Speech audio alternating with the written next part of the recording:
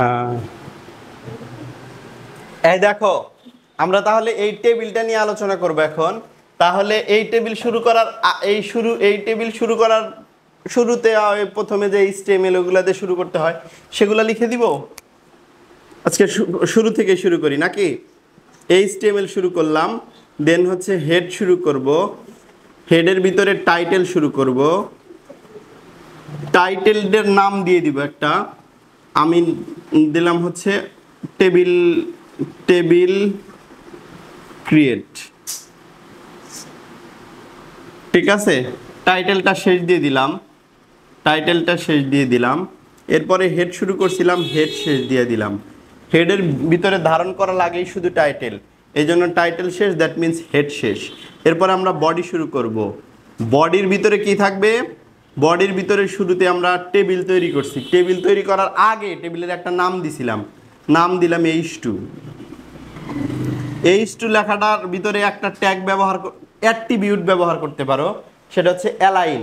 এই যে test table, এটা তো ওয়েবসাইটের একবার মাঝখানে থাকবে, একটা জিনিসই দিছাও, যেহেতু এক সাইডে থাকলে দেখতে ভালো দেখা যাবে না, তো তাহলে তোমরা অ্যালাইন নামে একটা ট্যাগ ব্যবহার করতে পারো। না করলে গুনাহ হবে না, না করলে স্যাররা কাটা দিবে না, করলে ভালো হয়। অ্যালাইন ইজ ইকুয়াল টু কি? সেন্টার। অ্যালাইন ইকুয়াল সেন্টার ব্যবহার করতে পারো, ঠিক আছে। এরপরে কি আছে? টেস্ট টেবিল দিছিলাম নাম এটা, তাহলে টেস্ট টেবিল নামটা দিয়ে দাও, টেস্ট টেবিল। এরপরে এরপরে টেবিল শুরু হবে, তাই না? টেবিল শুরু হবে, টেবিলের যা কিছু লিখতে হয় সবই টেবিল রো, তাহলে টেবিল রো লেখো। এটার মধ্যে তো তার টেবিল হেড বলতে কিছু নাই, এমনি টেস্টিং টেবিল দিছি 1 2 3 দিয়া, অতএব সবই টেবিল ডাটা দিয়ে লেখো। তাহলে টেবিল ডাটার ভিতরে শুরুতেই 1 আছে। এখন দেখতে হবে, বুঝতে হবে 1টা কয়টা সারি অথবা কয়টা কলামের ভিতরে আছে। তোমরা যদি একটু খেয়াল করো, দেখো এই যে এই 1টা এরকম একটা সারি ছিল এখানে, সেই সারিটা এখানে উজ্জ্বল রয়েছে। এইরকম একটা কলাম ছিল, এই কলামের জায়গাটাও এখন নাই, তার মানে 2টা কলামের জায়গায় 1 আছে, 2টা রো জায়গায় 1 আছে। অতএব আমরা এখানে লিখব কি? কল স্প্যান 2, তারপরে কমা দিয়া রো স্প্যানও 2। এবং এই টেবিল ডাটার ভিতরে কি আছে?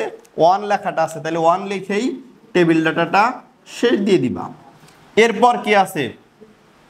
আমি শুরু করছিলাম মূলত, আমি এইখানে শুরু করছিলাম মূলত এই ফার্স্ট রোটা, মানে এই রোটা শুরু করতে গিয়ে আইসা দেখলাম 1 লেখাটা আছে 2টা সারি 2টা কলামে, তাই লিখে দিলাম। কিন্তু এরপরে আমি যেহেতু এই রো বরাবর শুরু করছিলাম, আমি এই রাস্তায় যাইতেছিলাম, তাহলে আমি এরপরে তো 2 পাবো, 2 লিখবো। 2 কিসে লিখবো? অবশ্যই এটা একটা টেবিল ডাটা, তাহলে আমি টেবিল ডাটায় লিখবো কত? 2। এই টেবিল ডাটাটার মধ্যে কি একাধিক কলাম বা রোর পার্টিশন আছে? একাধিক রো বা কলামের পার্টিশন আছে? এই যে এই বরাবর কলাম ছিল, দেখো এই বরাবর কলাম ছিল, সেই কলামটা নাই, এটা মিলে, তাহলে 2টা কলাম মিলা আছে, তাই না? কি আছে? 2টা কলাম মিলা এটা আছে, তাহলে এখানে কল স্প্যান 2 দিতে হবে। কল স্প্যান 2 দাও, কল স্প্যান 2। টেবিল ডাটার ভিতরে 2 লেখাটা আছে, 2টা দিয়ে দাও, টেবিল ডাটা শেষ দাও। এই লাইন করতে গিয়ে এই 1 পাইছি আর 2 পাইছি, 1 2 লেখা হয়ে গেছে, তাহলে টেবিল রোটা শেষ দিয়ে দাও। পুনরায় টেবিল রো শুরু করো, পুনরায় টেবিল রো শুরু করো। দেখো এই পরের যে পরের টেবিল রোটা মূলত এইটা, পরের টেবিল রো মূলত কি?